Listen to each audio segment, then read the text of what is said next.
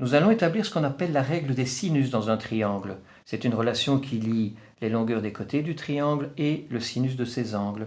Alors on va démarrer avec un triangle qui possède trois angles aigus. Les côtés du triangle mesurent petit a, petit b et petit c, et les angles opposés à ces côtés mesurent grand A, grand B et grand C. Ce sont les conventions habituelles. Dans ce triangle, on construit une hauteur, par exemple la hauteur qui est perpendiculaire au côté C. Cette hauteur mesure h et elle détermine deux triangles rectangles, un à gauche qui a comme hypoténuse petit a et un à droite qui a comme hypoténuse petit b. Dans ces deux triangles rectangles, on peut exploiter les relations qui lient les côtés et les angles, et dans le triangle de gauche, h, qui est un côté de l'angle droit, est égal à l'hypoténuse petit a fois le sinus de l'angle opposé au côté h, le sinus de b. Et dans le triangle de droite, le même h est égal à l'hypoténuse petit b fois le sinus de l'angle opposé, le sinus de a. Les deux membres de gauche sont égaux, donc les deux membres de droite aussi, et on obtient a fois sinus de b égale b fois sinus de a, que l'on peut réécrire sous la forme de deux fractions qui sont égales. A sur le sinus de a est égal à b sur le sinus de b. Chaque fraction est ainsi associée à une paire côté-angle opposé. Dans le même triangle, on construit une deuxième hauteur, par exemple la hauteur qui est perpendiculaire au côté petit b. Cette hauteur mesure L et elle détermine aussi deux triangles rectangles, celui du haut qui a comme hypoténuse petit a et celui du bas qui a comme hypoténuse petit c. Dans le triangle du haut, L, un côté de l'angle droit égale l'hypoténuse petit a fois le sinus de l'angle opposé, le sinus de c, et dans le triangle du bas, L est égal à l'hypoténuse petit c fois le sinus de l'angle opposé, le sinus de a. On obtient ainsi a fois sinus de c égale c fois sinus de a, que l'on peut aussi écrire sous la forme de deux fractions qui sont égales, a sur sinus de a égale c sur sinus de c.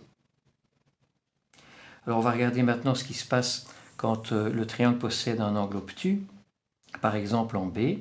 Dans ce cas-là, la hauteur h est située à l'extérieur du triangle, mais elle détermine tout de même deux triangles rectangles, un petit qui est ici, dont l'hypoténuse est A, et un plus grand, dont l'hypoténuse est B.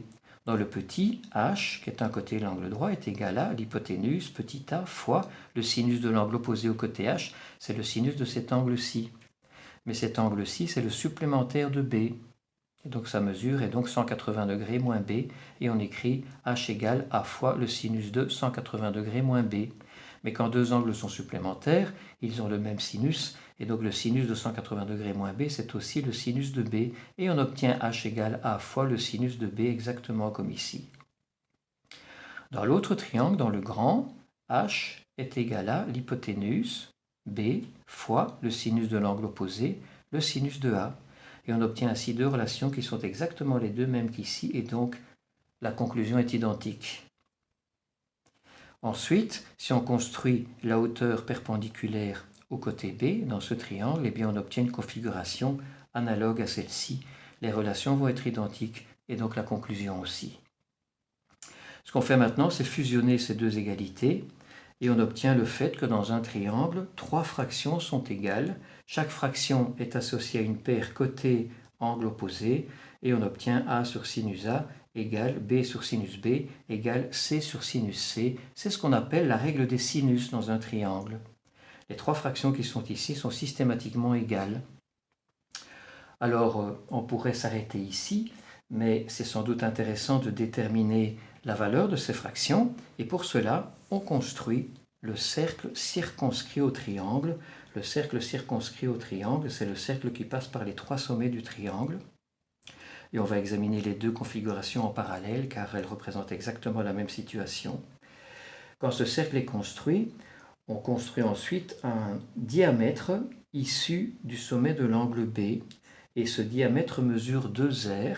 Par convention, le rayon du cercle circonscrit mesure grand R, donc le diamètre c'est 2 fois le rayon, c'est 2 fois grand R. Et ce diamètre, avec le côté petit c, permet de créer un triangle inscrit dans le cercle. Même chose ici, le diamètre, le côté petit c et le nouveau triangle inscrit dans le cercle. Comme ce triangle a un de ses côtés qui est le diamètre du cercle, eh bien ce triangle est obligatoirement rectangle, le diamètre est son hypoténuse. Il y a donc un angle droit ici dans ce triangle-ci et ici dans celui-là.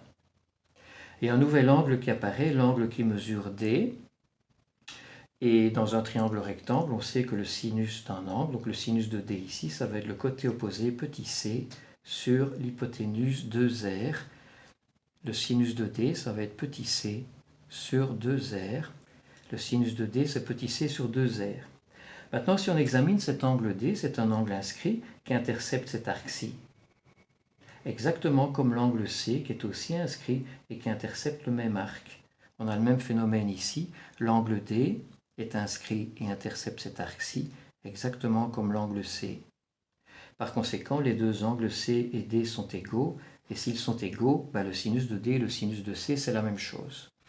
Ce qui permet de remplacer ici le sinus de D par le sinus de C, et on obtient un sinus de C égale C sur 2R.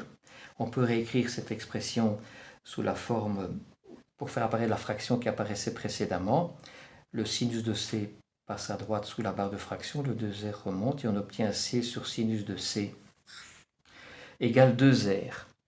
On a ainsi la relation complète A sur sinus de A égale B sur sinus de B égale C sur sinus de C égale le diamètre du cercle circonscrit au triangle.